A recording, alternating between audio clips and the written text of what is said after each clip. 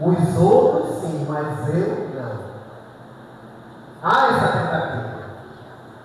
Há anos atrás, a própria Coca-Cola fez um comercial interessante que ela dizia: os bons são maioria. Dando a ideia de quanto a sociedade ela tem uma visão deturpada de si mesma. Até porque quando você vê os noticiários, geralmente de fim de ano, passagem de ano, como é que está a praia? Cheia de lixo, mas nós somos bons. Como é que está a violência? Aumentando cada vez mais. Mas na sociedade, para a sociedade, nós somos bons. É a ideia de virtude que a gente acha que está escrito na testa, mas na verdade a virtude ela é silenciosa. E aí eu digo que quando você encontrar alguém que o tempo todo fica dizendo que é bom, fuja dessa pessoa. Essa pessoa está mentindo. Porque a virtude é capaz de ser enxergada de longe, sem que alguém faça propaganda de si mesmo. Mas essa é a visão da sociedade. A sociedade pensa assim: nós somos bons. Por esse motivo, a gente não pode esperar de Deus outra coisa que não seja o bem, o amor, o céu. Se a gente ler o capítulo 3 de Romanos com mais calma, a gente vai perceber que antes de ler o capítulo 3, versículo 21, a gente precisaria voltar para o capítulo 1, onde Paulo vai dizer que os gentios eram idólatras e precisavam consertar seus atos.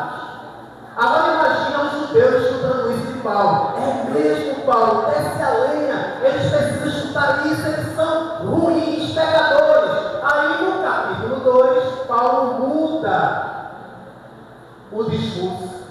Vocês, judeus, que têm a lei, estão fazendo a mesma coisa que eles. E no capítulo 3, Paulo arremata: todos pecaram. Todos pecaram e estão destituídos da glória de Deus. Não é só os de lá, os de cá. Então, para Deus não há castas, não há grupos. Para Deus só existe um grupo: pecador. Essa é a maneira como Deus nos enxerga. Pecado.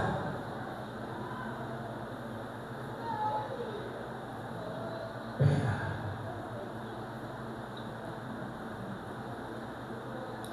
Não há um justo, um sequer. E por que essa verdade é importante? Para deixar claro que na sociedade não existem vários grupos, só existe um. E aí você vai observar que todo pecado cometido por qualquer pessoa fere a santidade de Deus e quebra o primeiro mandamento bíblico. Qual é o primeiro mandamento?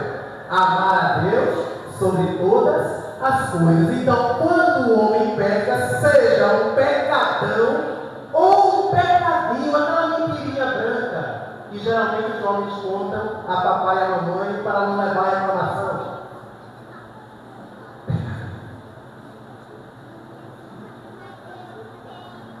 Mesmo isso, mesmo os pecados no pensamento ou nas obras e ações, atinge a santidade de Deus. Ele é afetado. E por esse motivo que Deus odeia o pecado.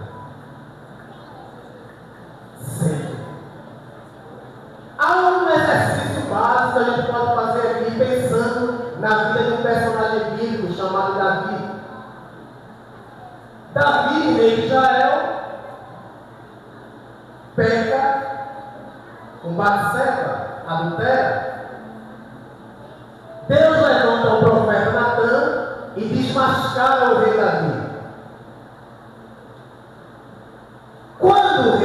que é desmascarado, ele compõe o hino. O Salmo 51, versículo 4, ele diz: pequei contra ti. Contra ti somente pequei. Como assim? Davi pecou contra Batseba, porque ela era casada. Pecou contra o marido dela, uma vez que mandou matá-lo. Pecou contra Israel, pecou contra o exército. Mas na hora de acertar as contas com Deus, pequei somente contra ti. Por quê? Porque todo e qualquer pecado atinge primeiro a Deus, independente quem esteja no processo. Não importa que as pessoas que estão ao seu redor vão ser atingidas. Deus é a primeira pessoa atingida pelos nossos pecados. Por isso que o pecado é tão horrendo e o pecado para Deus é tratado apenas como uma coisa: a sua ira. A ira dele. Abra aí, por favor, Salmo 7. Salmo 7, versículos 11, 12 e 13. Veja se não é. 11, 7, 11 e 12 e 13. E diz assim a palavra de Deus: Deus é um juiz justo, um Deus que se ira todos os dias. Se o homem não se converter, Deus afiará a sua espada. Já tem armado seu arco e está aparelhado. 13.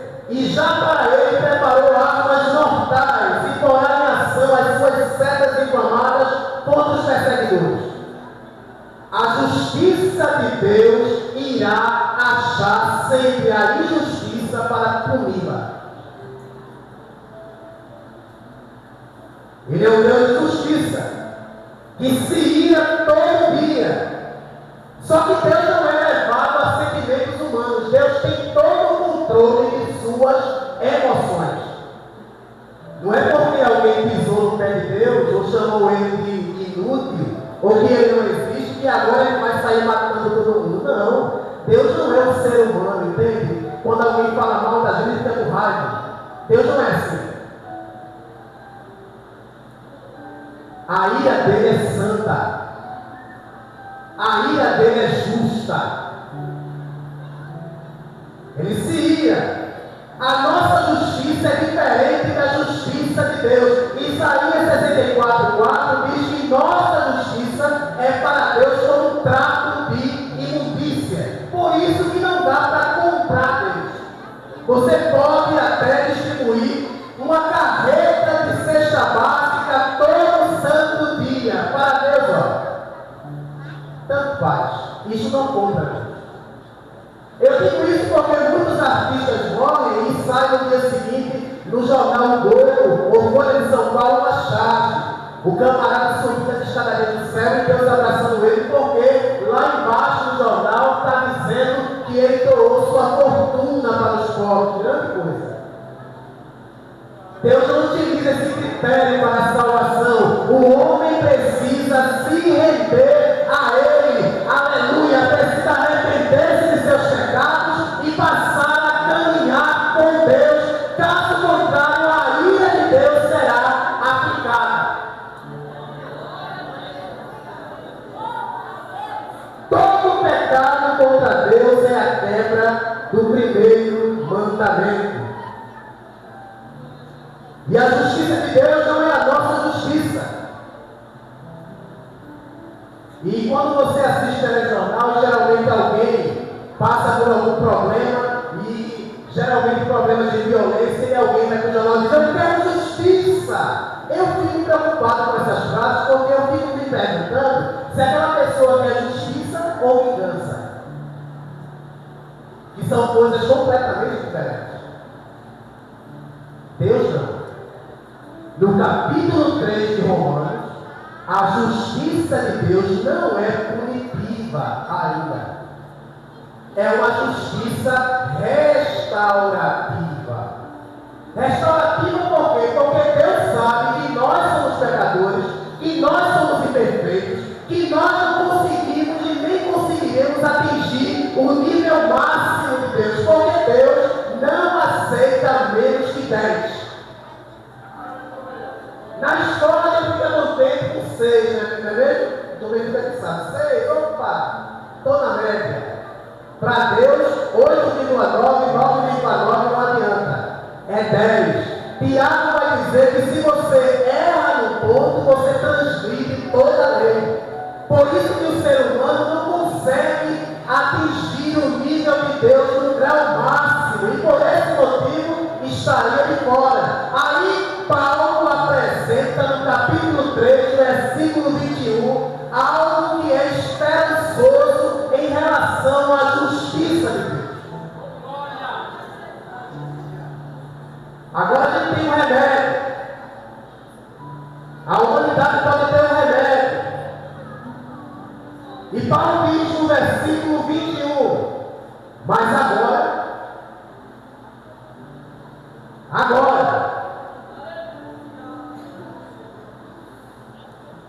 se manifestou sem a lei a justiça de Deus, tendo testemunho da lei e dos profetas. E isso é para todos que creem. E essa justiça sem lei nos trata de que o homem não é capaz de atingir. Por isso que é sem lei. E eu penso que, por mais que a gente tente se esforçar, por mais que você dê o máximo de você, é pouco para atingir essa justiça. Por isso, sem lei. Aleluia. Assim somos eu e você, transgressores. E o adolescente está na escola e de repente ele não estudou e ele fila. Os anjos do céu estão lá. Transgressor. Transgressor. Será que é possível não ser? Porque se alguém roubar um lápis, você vai dizer ladrão. Um lápis só. Agora imagine os anjos do céu em couro. Aleluia. E Paulo começa essa carta tratando das nossas injustiças, mas de uma justiça que serve para restaurar o pecador, trazê-lo para cá. Uma justiça como remédio. E ele começa esse versículo 21, 22 e 23 trazendo algumas características dessa justiça. Primeiro, essa justiça é mediante a fé. Mediante também a lei dos profetas, através do testemunho deles. E aí você pensa que o Evangelho começou com Jesus Cristo. Não. O Evangelho já começa com Abraão. O próprio Jesus disse que Abraão se alegrou no seu dia. Gálatas capítulo 3, versículo 8, Paulo vai dizer que o Evangelho foi pré-anunciado a Abraão. Então já estava muito claro a justiça de Deus no Antigo Testamento. Mas perceba que essa justiça é pela fé. Só que há muita confusão em relação à fé no meu Evangelho. Porque geralmente a gente conta muito os atos de fé. Alguém se levanta, alguém corre, alguém chora. Nossa, eu creio. Realmente, olha, ele está aqui. A música canta, Deus vai dar vitória, e você diz, eu creio. Mas na verdade, o que este capítulo e a Bíblia toda nos chama a atenção é simplesmente que você precisa entender. Não são os atos de fé que deveremos prestar atenção, mas ao conteúdo desta fé. Quando os anjos chegaram no cárcere onde Paulo estava, e o cárcere foi aberto, e houve aquele terremoto, o que faço, Paulo, para ser salvo? E ele disse ao carcereiro, creio no Senhor Jesus será salvo tu e a tua casa. Ou seja, o conteúdo da fé é o que importa. Você precisa entender que sem o conteúdo da fé, ninguém vai para lugar nenhum, porque em qualquer lugar que você se dirija, alguém vai dizer que tem fé. O bêbado da esquina vai dizer que tem muita fé. Eu conheço muita gente que fuma e que bebe e que diz: eu tenho muita fé, mas esse ato de fé não importa. O que importa é saber através de quem essa fé opera. Se é Jesus, meu filho, pode se alegrar, porque Ele faz, Ele batiza, Ele cura, Ele salva, Ele faz coisas impossíveis. É Jesus, o conteúdo é Ele, você tem que crer nele. E é através de Jesus que a sua justiça opera. Porque Paulo vai dizer aos Efésios que a salvação vem pela graça, não é pela fé. Até porque Deus exigiu no Antigo Testamento a lei. Aí agora Ele olha para você com um pinguinho de fé. Tá bom, já tá bom, um bichinho também. Não, meu irmão. O nível de Deus é muito alto. Ele não exigiria tanta lei para depois só um pedacinho de fé. A questão é que a fé, ela é um veículo. A graça salva você, e através do veículo da fé, que essa justificação se faz presente. É através da fé que você conhece os conteúdos dessa fé. Jesus Cristo. É a fé que dá essa possibilidade. Por que é a fé? Porque a fé faz com que você entenda que os seus pecados agora deixarão de ser seus. Vai para Ele. Terminou com Ele. Não há mais condenação para quem está em Cristo Jesus, que não anda segundo a carne. A fé imputa a justiça, chama a justiça. E Paulo, ele diz que essa justiça é para todos. Todos.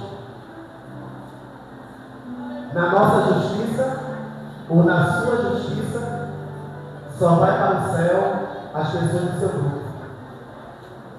É claro que é assim. Você certamente se esqueceria de alguém. Nem lembraria dos que estão lá. Jesus não. A salvação é para todos. Branco, preto, pobre, rico, desgraçado, cego, pobre, nu. Para todos. Todos. Porque se todos pecarmos, todos são carentes da graça de Deus. E aí a diferença entre graça e justiça. Justiça é receber aquilo que você merece. Agora graça é receber aquilo que você não merece. Todo crente aqui recebeu o que não merecia. Você é crente e recebeu salvação? Saiba que você não merecia. Mas Ele olhou para você primeiro. Ele alcançou você. Ele chegou até você com a sua justiça. Justiça restaurativa. Ele alcançou. E aí você diz: mas André, a justiça, e tanta gente aí com fome na África, tanta gente morrendo, a violência, a bala perdida, e Deus não faz nada em relação a isso. Meu querido, não diga isso. Deus tem a hora e o tempo certo para agir. Ele não está indiferente à nossa situação. Se Deus fosse agir com a nossa pressa, estava tudo acabado. Não tinha lugar para ninguém. Tudo perdido. Mas graças a Deus, que ao longo do tempo, na jornada da história, Deus vai aplicando a sua justiça. Mesmo no mundo cheio de injustiça, justiça, Ele continua justo, trazendo o sol de manhã, trazendo a chuva para regar a terra, trazendo ar para você respirar, abrindo as portas que estão fechadas, curando, fazendo aquilo que os seus olhos não podem ver, e você se beneficia disso. É a justiça de Deus operando mesmo no mundo injusto.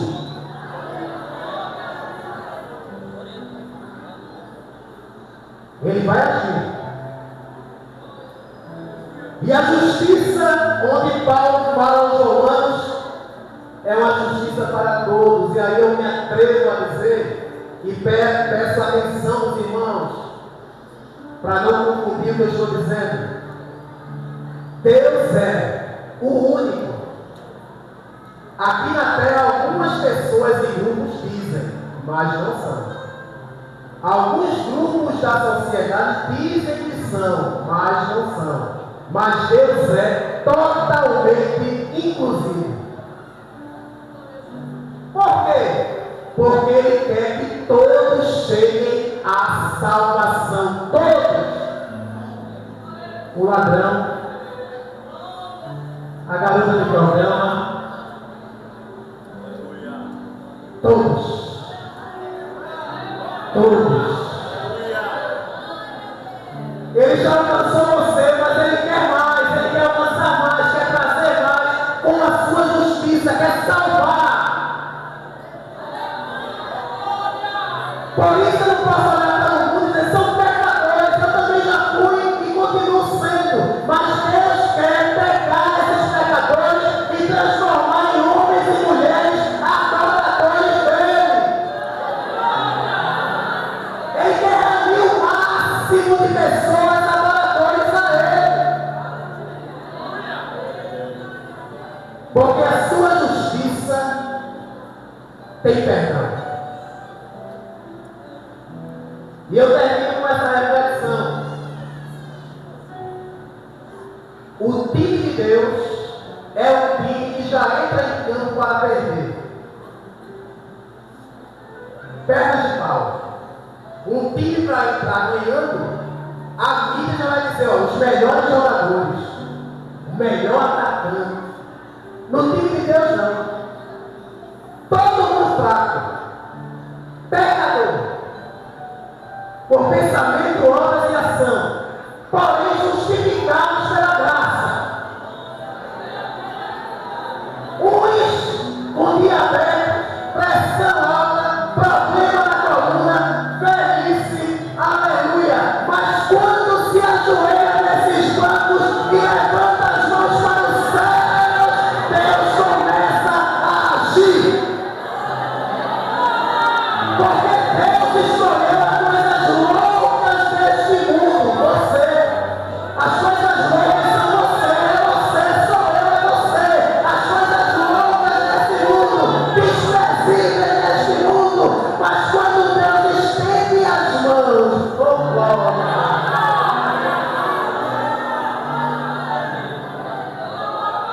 Ele age com justiça.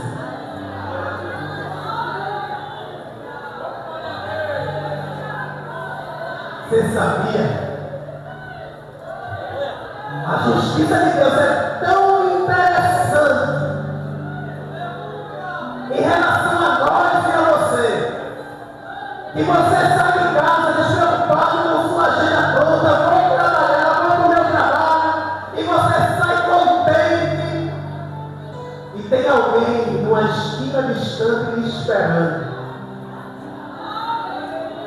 Tem alguém pronto para me atacar. Mas Deus, com sua soberania, diz aos anjos, vá agora e esconda ele. Esconda. E ele passa e a pessoa não vê, porque a justiça de Deus está sobre você. Ele quer restaurar você. Ele quer que você entenda que Ele é o primeiro.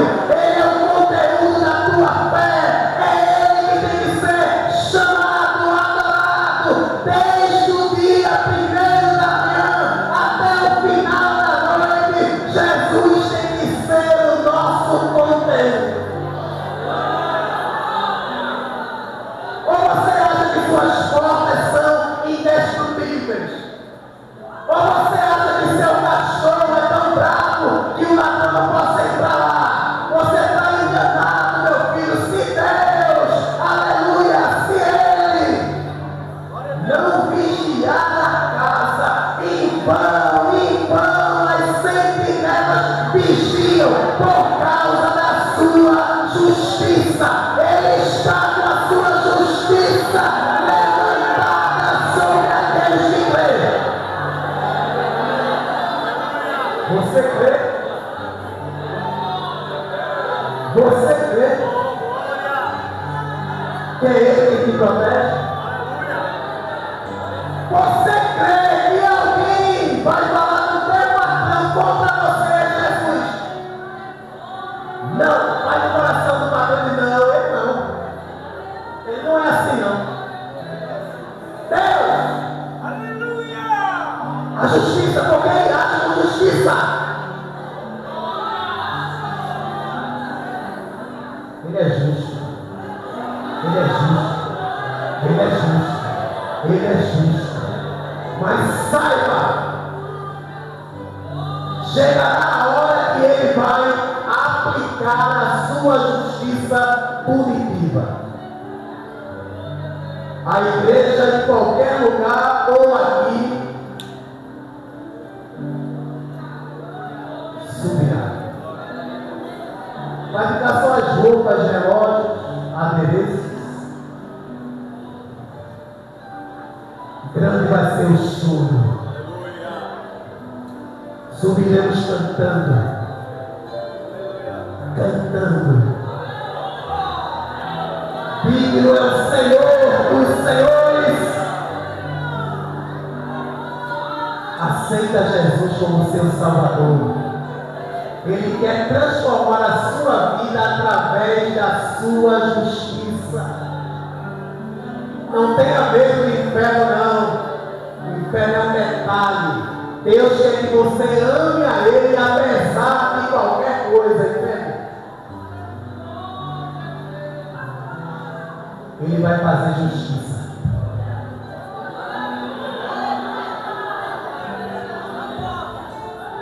Tem alguma alma para Jesus, né? Jesus quer justificar você hoje. Jesus quer justificar a tua alma hoje.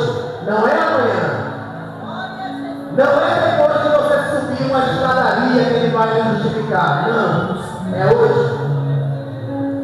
A justiça de Deus é hoje. Você quer? Ele está lhe perguntando nesta noite. Você quer a justiça dele? Venha para Jesus nesta noite. Se levanta e se erga. Se erga do seu lugar e venha. Queremos orar por você. Jesus é a tua bandeira. E eu faço um apelo aqui, para terminar. Ligue agora para a governadora Raquel Lira, minha patroa. Ela não vai atender essa hora. De jeito nenhum. E para marcar reunião com ela no Palácio das Princesas, tem que ser, autoridade. Tem que ter gabarito, tem que ter dinheiro, posição. Marque uma audiência com a prefeita da cidade. É burocrático chegar até a sala dela. Tem que marcar uma audiência com o excelentíssimo presidente